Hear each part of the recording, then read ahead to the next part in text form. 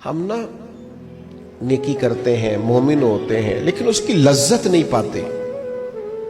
یعنی اگر نماز پڑھ کے بھی بندہ قرار نہ حاصل کرے، اگر وہ خیرات کر کے بھی اس کی ٹھنڈک نہ محسوس کرے، مسجد آ کے، محفل کرا کے، محفل میں بیٹھ کے، پھر بھی اس سے کوئی روحانیت نہ پا سکے.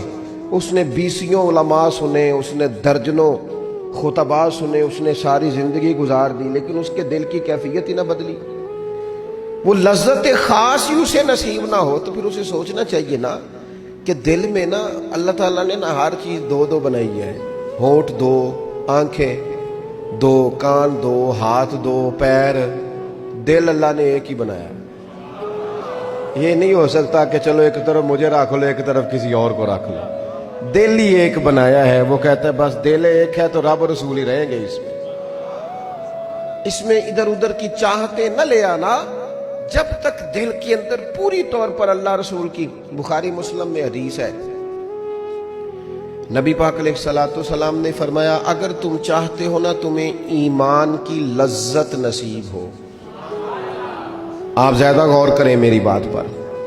ایک ہے کھانا، ایک ہے مزیدار کھانا، ایک ہے مومن ہونا، اور ایک ہے مومن ہونے کا مزہ آنا، لذت نصیب ہونا کہ میں صاحب ایمان ہوں.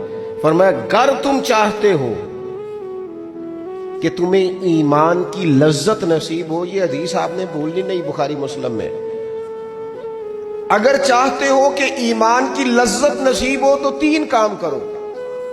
یا رسول اللہ صلی اللہ تعالی علیہ وسلم کون کون سے؟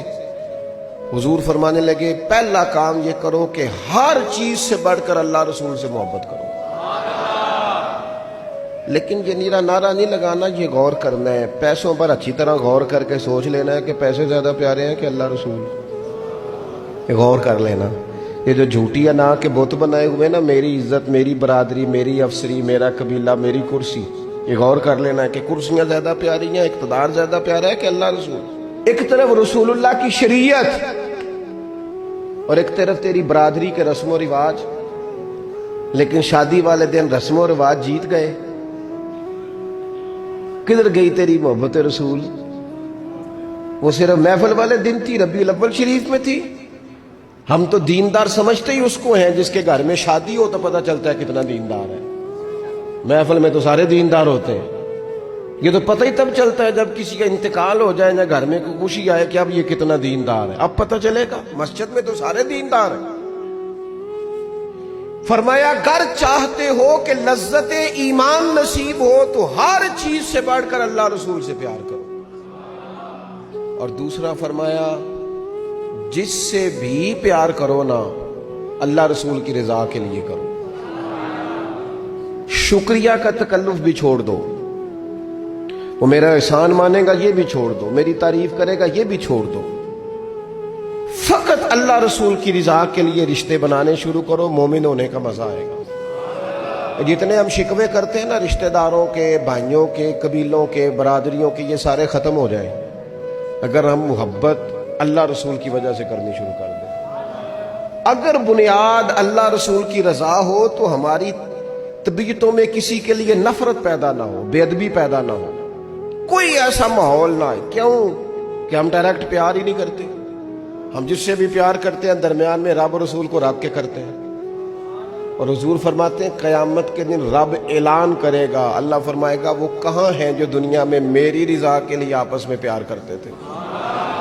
یا اللہ کیا ملنے والا ہے؟ اللہ فرمائے گا آج میرے عرش کے سائے کے علاوہ سایہ کوئی نہیں. جو دنیا میں میری رضا کے لیے آپس میں پیار کرتے تھے انہیں آج میں اپنے عرش کا سایہ عطا کروں گا. تو اگر ایمان کی لذت چاہتے ہو، ایک تو ہر چیز سے بڑھ کے اللہ رسول سے پیار کریں، ایک جس سے بھی پیار کریں اللہ رسول کے لیے کریں، اور دوسرا فرمایا مومن ہونے کے بعد، کلمہ نصیب ہونے کے بعد، ایماندار ہونے کے بعد کفر کی طرف جانا اتنا ناپسند کریں، اتنا ناپسند کریں جتنا کوئی آگ میں جانا ناپسند کرتا ہے. اتنا ناپسند کریں.